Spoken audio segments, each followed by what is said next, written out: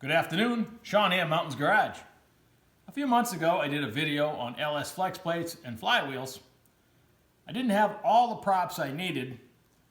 Recently, shopping for an SFI flex plate, it arrived today, and it sent me right down a rabbit hole that I'm not sure I got figured out yet. But I'll share with you what I found out so far. Here's what we do know. This is a Turbo 400 inner pump gear on my transmission specialties converter I just had built. When you shove the torque converter all the way in and you hear it knocking, you have engaged the drive lugs on the pump gear fully, and they want you to be able to have a little space, 1/8 to 3/16, so that isn't running into it and causing problems not only on the pump but on your thrust of the engine. If I'm LS swapping and I don't need an SFI flex plate, I want the flat flex plate that came installed in a 4L80E application. Flat, longer flex plate bolts, a spacer that goes between the flex plate and the crankshaft. The torque converter spacing on the bolts should be correct for any old, smaller big block Chevy style converter you have, or any torque converter that was, legacy. GM did this to make the old match the new. 4L60 applications got the dish one. It has a dish. And they made a longer pilot. The spacing on the torque converter is different, the bolts. To use this in LS swap, most people use this.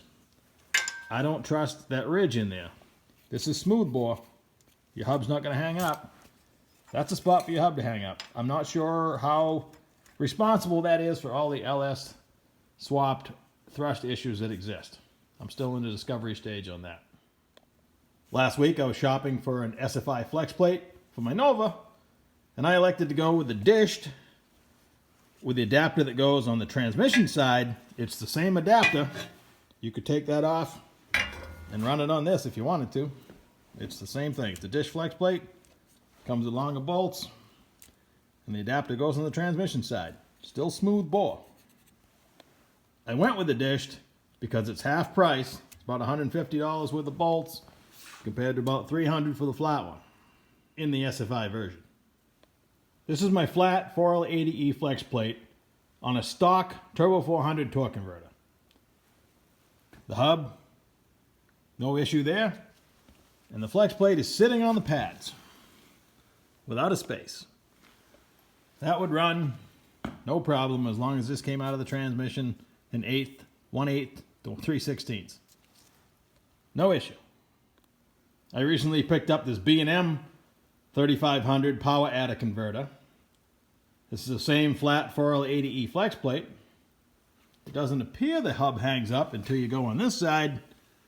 I now have a small space and the hub is stopping it.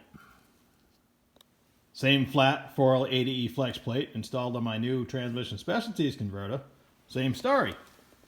I'm not flush, and it's the hub that's holding it up.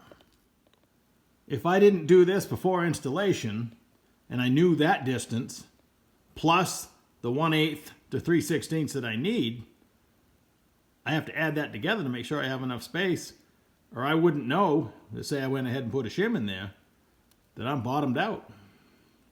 So this is an important step before you install any torque converter in an LS swap.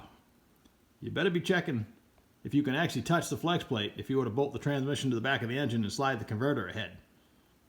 In this case, you can't. And it gets worse. Hang on. This is my dished SFI flex plate and adapter. The hub slid right through the hole. No issue there. I'm sitting on the pads. As long as I had the proper pull-out from the transmission, and I was using a stock torque converter in this LS swap, this would work no problem.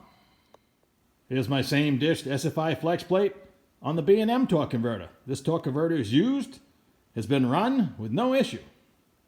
Spacing-wise, behind our traditional smaller big block Chevy. Now in an LS swap application, the hub is hanging up in the middle. And I'm already starting with a 220 thousandths space. So if I didn't measure the 220 plus my needed stick out from the transmission has to be more than that.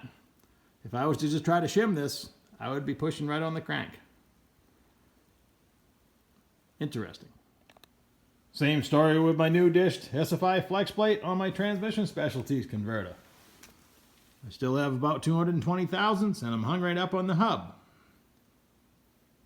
So when I go to install this in the car, I'll make sure I have the proper clearance. If I don't, I'll either have to machine the hub or talk to the converter people and get it right.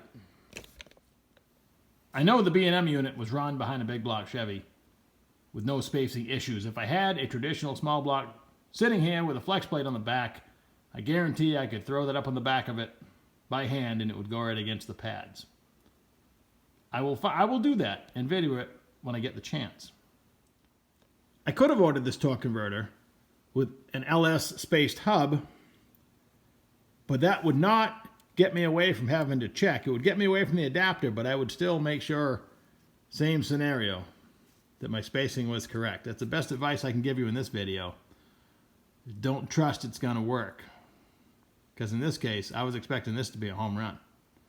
And I'm 200 and something thousandths away from that. I would show you how I checked the stock 4L60E flex plate and adapter combo, but without the crankshaft, there's no way to check it. You'd look at that and say, oh yeah, I'm good to go. Meanwhile, it's probably the worst of all of them, but there's no way to check it without having that bolted to the crankshaft. If I did, I would hold the converter up and make sure I could touch the pads.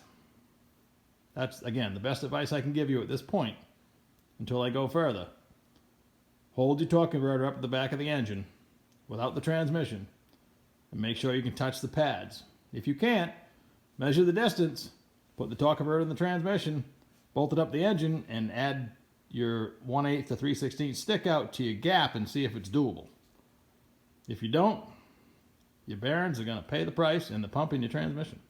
This is not the way I expected my afternoon to go, but I'm glad I stopped to check out my new parts.